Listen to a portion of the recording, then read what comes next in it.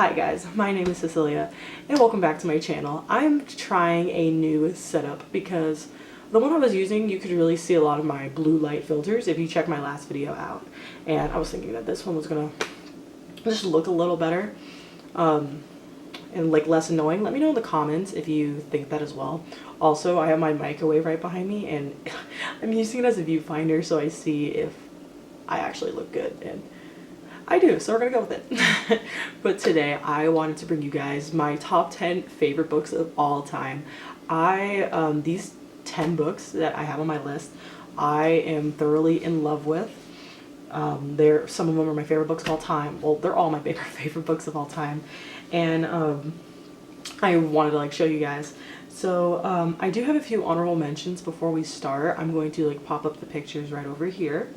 But I have 6 honorable mentions. First we have Orbiting Jupiter. Oh shit, I don't remember any of the title authors' names. I'll be right back. Ugh. Shiznut. So the first one I have here is Orbiting Jupiter by Gary D. Schmidt. This book is phenomenal. I highly recommend it. It's the YA contemporary. It's more hard-hitting, and yeah, that one's really good. That one's really good. I also have Fire Stars by Audrey Coulthurst. This one is a fantasy with a female romance, which I really loved and enjoyed. I have Bingo Love by I don't know who it's about, but it's literally just a gay it's literally just a comic, a graphic novel about 2 women who fall in love in the 60s over bingo, and I can't think of anything better. I'm like, that's literally my life. Nevermore in the Trials of Morrigan Crow by Jessica Townsend. And I love this book. I listened to it on audiobook, and the sequel comes out, I want to say November 6th. It might just come out in November. I don't know yet, but I'm really excited about it. Last honorable mention is what is it called? And Every Morning the Way Home Gets Longer and Longer by Fredrik Backman. This is a short story. I listened to this and I sobbed the entire time. Yeah, I read this right after my grandma died, and from dementia and Alzheimer's, which is what the whole basically short story is about. And I was gone. Yeah, highly recommend that. But before I get into my top 10 favorite books, I want to give you some stats on what basically they are. So they're pretty split evenly. About 5 are adult, about 5 are YA. So again, that kind of shows like my preference of what I normally like to read. Don't really have a preference. I really like all books. And the genre stats are very interesting. So I have 5 contemporaries, which is weird because I normally don't like to read contemporaries, but the contemporaries I read are like hard-hitting and really resonate with me. So I guess that's why a lot of them are my favorites. We have 3 fantasy, which is cool, which is my favorite genre.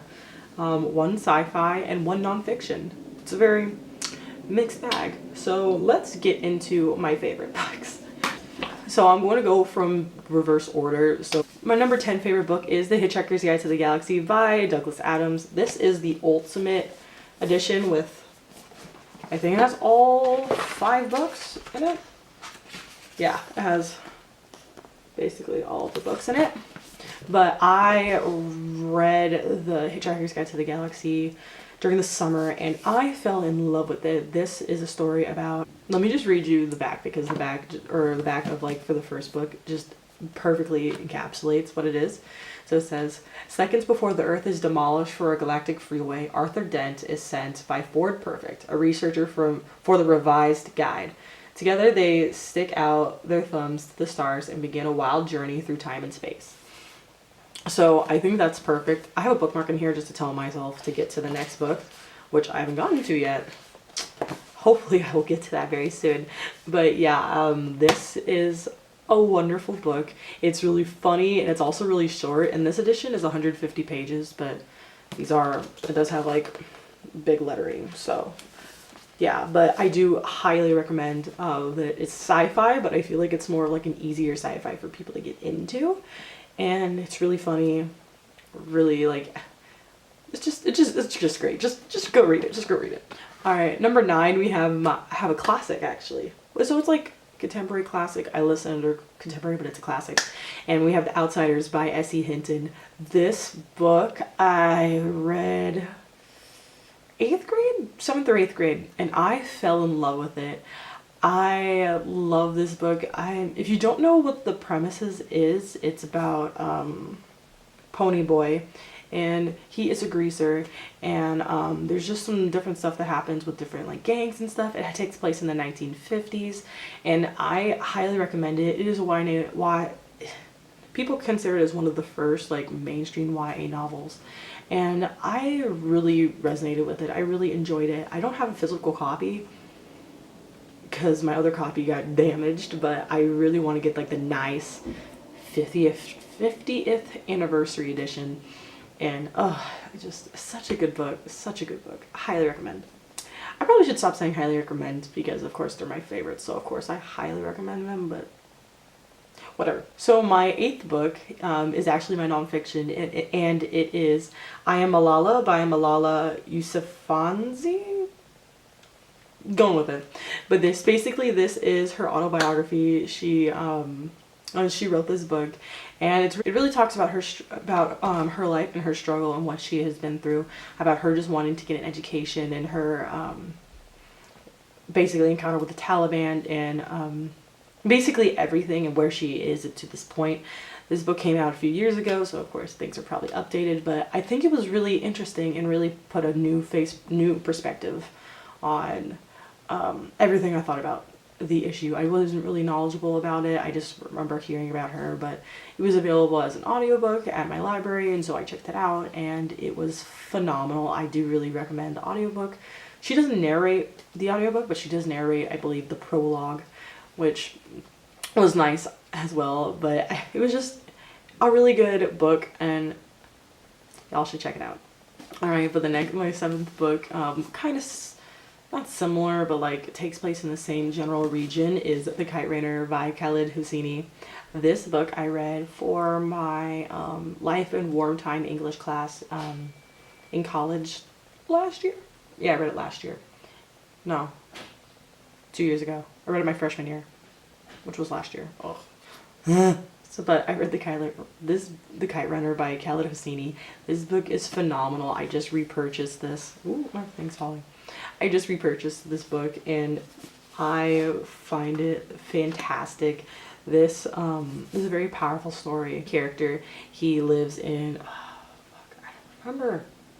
lives in Afghanistan, and this takes place when basically like kind of the Russians invade, and him and his dad have to like flee and eventually come to America, and it's very interesting. There's a lot of it's really a really interesting perspective on basically the civilians' perspective on war and when war comes to your country. And I usually don't like war books, but this book particularly spoke to me. And next book, I also have his other book. Where is it? A Thousand Splendid Suns, which is similar except it's from a woman's perspective, and I'm really excited to read that one as well. I love his writing, and I think it's fantastic. All right, the next one, it's different, not totally different, but like kind of different. We have Dear Martin by Nick Stone. I love this book. I still haven't read The Hate U Give. I have it right, it's slightly out of the frame, but I have it right here. This book was really touched me. This is about Justice is our main character. I don't know why I clapped. Justice is our main character. He is an African-American male, and he sees his ex-girlfriend. She is drunk out of her mind, and he wants to help her get home. And while he's helping her get home, a police officer comes up and basically treats him very shittily and arrests him, thinking that he is going to steal her car. And it shows the ramifications of what has happened to Justice, and it shows how all of this basically has affected his family, his friends, his community. And it's very, if you like The Hate U Give, please read this book. It's really impactful.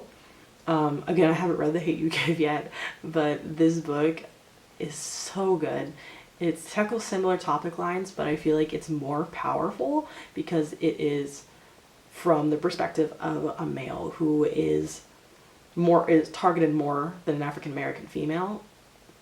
And it's so powerful, and I'm really excited to read Nick Stone's new book. It just came out, I think, a few weeks ago, and I haven't picked it up yet, or I haven't bought it yet, but I really want to. But yeah, I really love this book. Alright, my next book is a complete genre shift. Complete genre shift from the last few I just talked about, and it is Eragon by Christopher Paolini. I love this book. I read this book this summer, and it was fantastic. I had been wanting a high fantasy, and I picked up Eragon just off a whim. I had the book, and I read half of it, listened to half of it, and I preferred the audiobook. I just really liked the audiobook of it, and it was fantastic. I love this book. If you don't know, this takes place, there's a boy named Eragon, and he finds this dragon egg one day, or he finds this gem that ends up being a dragon egg, and dragons were thought to have like died out, and same with the dragon riders, and it just basically just turns into an adventure of what him and what the dragon, and it's just really good. People tell me it is a YA version of Lord of the Rings, and I'm currently reading The Hobbit, so, and I plan on reading the Lord of the Rings. I have the trilogy. I have the whole set up there. But yeah, this is a great book. I'm going to read Eldest soon, the second book in the series, and I highly recommend that you guys check it out. This one is very popular. Very popular. Everyone, I've heard it talked about a lot on YouTube or on BookTube, and I finally got into the hype. I just finished this book. I finished this book this month, and it's definitely going to be one of my favorites. It's Every Heart a Doorway by Shauna Maguire. I picked this up because I saw on Kindle deals that they're selling it for $1.99, and I was like, I want to read this book. And $1.99, I can't pass it up. So I bought it, and I read it, and it was fantastic. There is, at first I didn't know how to feel about it, but you start like learning about all the different characters and the fantasy worlds they've been in. Let me say the synopsis first. So the synopsis basically is there is this school that basically, I'm gonna call it like Alice syndrome, where kids go to different fantasy worlds through portals, and this is to school when they come back and they don't know how to cope with the real world. And there is a murder mystery in this, which people have not really talked about. They just keep talking about that part, which was interesting, but also the murder mystery I thought was one of the most interesting parts of the entire thing. And there are these really awesome characters that you might think are messed up, but it's really interesting. There's different representation. It's just fantastic. Please pick it up. I'm going to continue with the rest of the series eventually. It's gonna take me a minute, but I'm excited for the rest of the books. All right, we're in the top 3, guys. These are the top 3. The top 3 books I would die for. I Will Die on These Hills is the best books ever. This third one, I have been recommending it to literally everybody. I listened to it on audiobook a year ago, and I still think about it daily. It is my favorite fantasy of all time. Let me just tell you guys what it is. It is The False Prince by Jennifer A. Nielsen. This book is fantastic. I feel like it's a really good introductory fantasy if you're not a huge fantasy lover. It is short. It's kind of like a in-between middle grade. It's an in-between. Oh my god, I got a zit on my back. Basically an in-between like middle grade to YA fantasy book. But basically, for the synopsis, there is Sage, and he is an Athenian orphan, and he is basically kidnapped, like recruited slash kidnapped, like recruited, and then says like if you leave you will die. So he is basically kidnapped into with a few other boys to train to become the presumed dead Prince Jaren of Carthia. Hope that was a good synopsis. But it is very action-packed, interesting. There's no love, there's no romance, I'll tell you that right now. So if you don't like romance, like in your fantasies or anything like that, this is a good book for you. It is just really interesting, action-packed, and I fell in love with it all the way through. Highly recommend. I listened to an audiobook, but I also reread it as a physical book, so it is good both ways. I highly enjoy it. Whew, we're getting into the nitty-gritty. These two are basically tied for my favorite books. Here's the second one. It's The Storied Life of A.J. Fikry by Gabrielle Zevin. I originally read this book as an ebook last August, I believe. And this book, I finished it on an airplane and I was sobbing. I was sobbing in an airplane because of this book. This book basically takes place on a small island in, I think it's off the coast of Connecticut. But we follow this man, his name is A.J. Fikry. He's kind of like a crotchety Scrooge, and he owns a bookshop, and he's just alone. He doesn't have any family or anything like that. And one day, a mysterious package shows up at his door, which changes his entire life and the small town that he lives in, entire life. This book is more of a character-driven book, but there's also like really interesting plots behind it, and it's really funny, really interesting, really heartbreaking, just all the feelings in this book. And I haven't reread it yet, and I really need to. But yeah, I highly recommend this book, guys. Down to the nitty-gritty, down to the last book. Oh my gosh. So, I read this book in high school. Let me explain. It wasn't exactly required reading, but like we had an assignment where we had to pick from 20 books off a list. Ooh, we saw a little bit of the book. Where you had to pick from 20 like books off a list.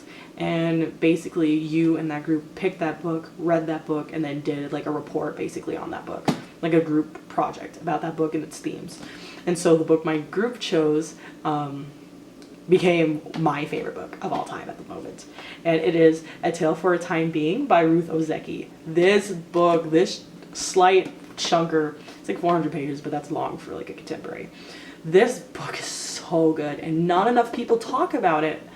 This book is told in two different perspectives. There is a girl named Nao. She is 16 years old. She lives in Japan. She was originally American but moved to Japan. And she's going through the gigs, girl. She does not have a nice family in her life. She gets bullied at school. All these things happen, and she decides that she wants to kill herself.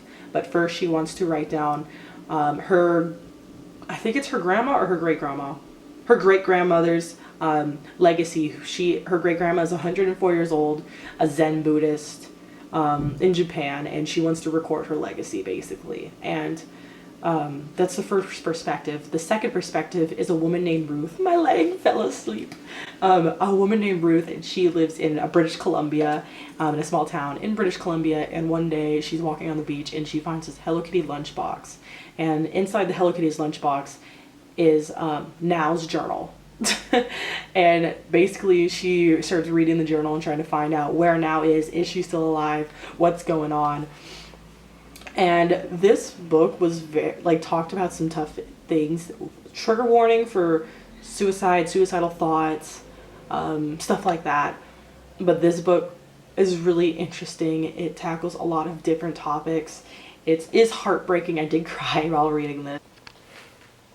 Hi, this is actually much later. My camera died and then I had to go to class. So I just want to let you guys know that was my favorite books of all time video. If you like this video, please like and subscribe. Let me know if you liked any of my favorite books. Maybe we can get the love of these books going.